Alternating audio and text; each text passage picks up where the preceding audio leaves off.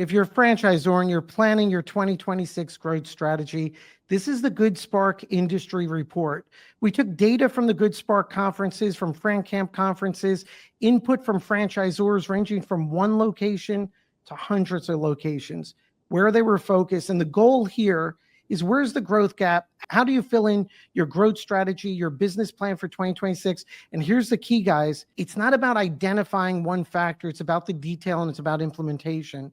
So Nick, we started off with those 5 core questions for growth strategy in 2026. How would you frame it? How do you set up this conversation? Put some context around it. We had a room of about 100 different brands, and we had them in real time submit answers, and it was really off the cuff. It wasn't a lot of deep thought into it, so that we could extract things and insights that could actually be real, unlike a typical survey, which you have time and you're filling in the bubbles.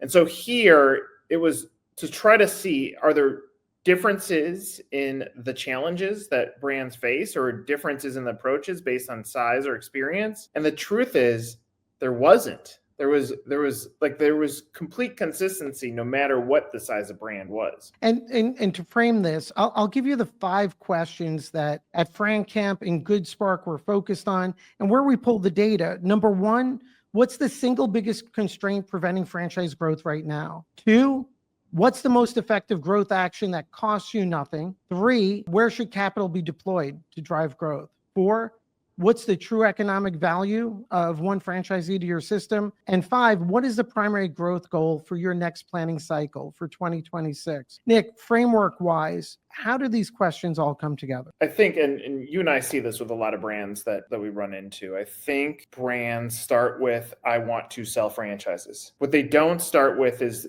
the equation for how they're going to sell franchises, which is where, like, if you and I are talking to a business, we might go to their website and say your positioning is off. You don't have any founder or visionary pieces, even though every franchisee we've talked with over the years on our podcast have said, I buy because of culture and I buy because of business opportunity. These brands skip ahead and they're like, all right, I don't want to do the work. I want to sell franchises. And then flash forward, they're deeply disappointed when they haven't hit their sales goal, whether it was 1 or it was 100. And so part of what we're trying to do is say, well, what's the true equation behind selling a franchise? And what you just addressed was budget, things that cost nothing, really your 4-wall marketing. What's the drumbeat of your business? What category you're in? How much is the value of a deal so you know how to budget properly? All these exercises are so skipped over in franchising. It was our job to try to address those, reset, rebuild the foundation so that now whatever brand wanted to grow in 2026, they actually had a mechanism or a thought process that could help them get there. And key insight is, guys, and go to a conference, you hear certain things, it's about the implementation. And what we saw, we're going to go through each question, but what we saw is, like, brands would answer questions like that they want more leads or deals or units, but there was no granular game plan of what types of leads, how are we qualifying franchisees. Some would mention sales processes, but not a deeper dive. And so what we're going to do here, we're going to address each question that was identified, provide you with the analytical data, how franchisors responded, where the growth gap is, and then put together a framework for you to build out your growth strategy for 2026. It's going to be an ongoing process, but we have the answers here and we have some real data, and that's coming up next. What's the number one thing you could do for explosive franchise growth in 2026? And that was the question that came up during our FranCamp conferences, and we ran the data. Here are the responses from brands from 1 unit to hundreds of units. And here's the categories and percentages. Again, number one thing you could do for explosive growth. And the responses focused on lead flow. That was 35 to 40% of the franchisors. The next grouping, they said sales process. They needed better conversions.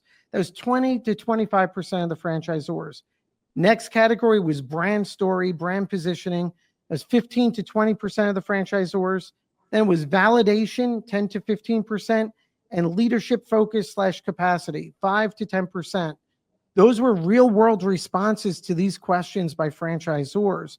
Nick, as we're talking about framing growth strategy for 2026, How do you frame the issue? How do you frame those responses? Well, to oversimplify it, we have to reverse those. And so that's on us to continue to educate franchisors that the leads that you want are only going to come if every other part of that equation was flipped around. So your leadership and your vision, your point of differentiation in the category, your validation now wrapped together with a nice bow into your brand story. And so if we reverse this, that step one is we have to change the mindset of the franchisor, or else you're going to be constantly lost in chasing these leads, which is why we sign up for crappy broker networks, why we sign up for crappy lead portals, why we waste tons of money on Google ads or Facebook ads. Because we haven't reversed this, we go to default of we just want more leads. This is what I love about getting the data, right?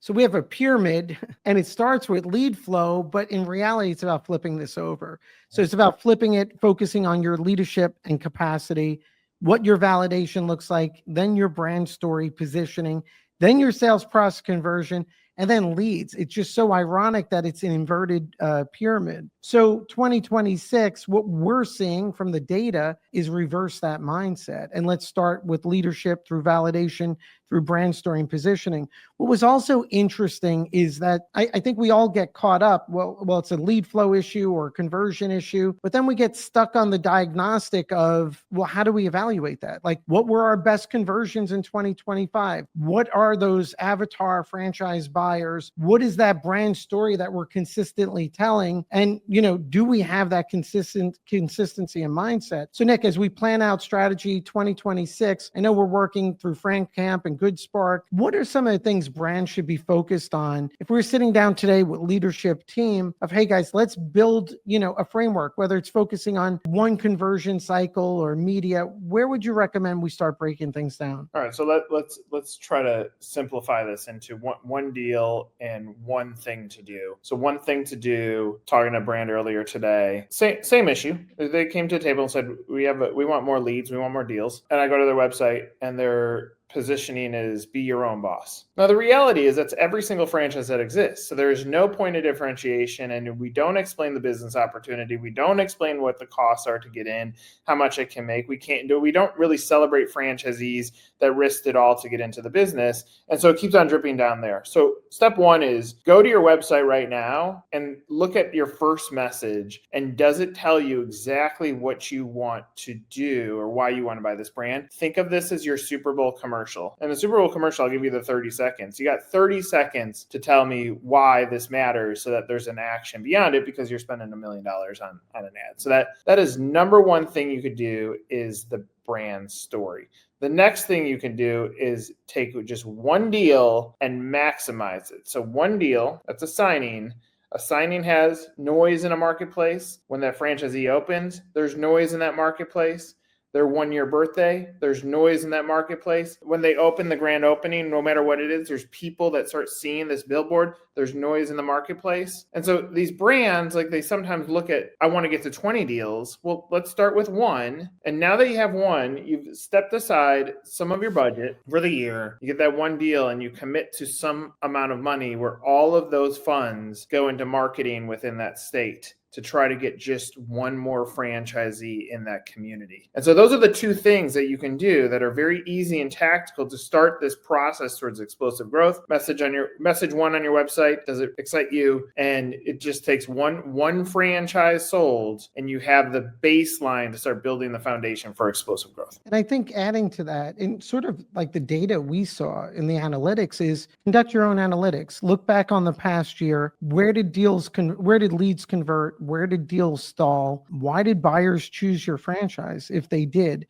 And I think the mindset going forward, applying Nick's advice, is think about 2026 being about the year of integrity. And you have it already, but I'm saying integrity in all of your communications, your brand positioning. Own the space you're in, own what you are, acknowledge what you're not, gaps, weaknesses, challenges, and opportunities. And if you explore those, especially now in Q1, you're going to start differentiating and identifying pathways.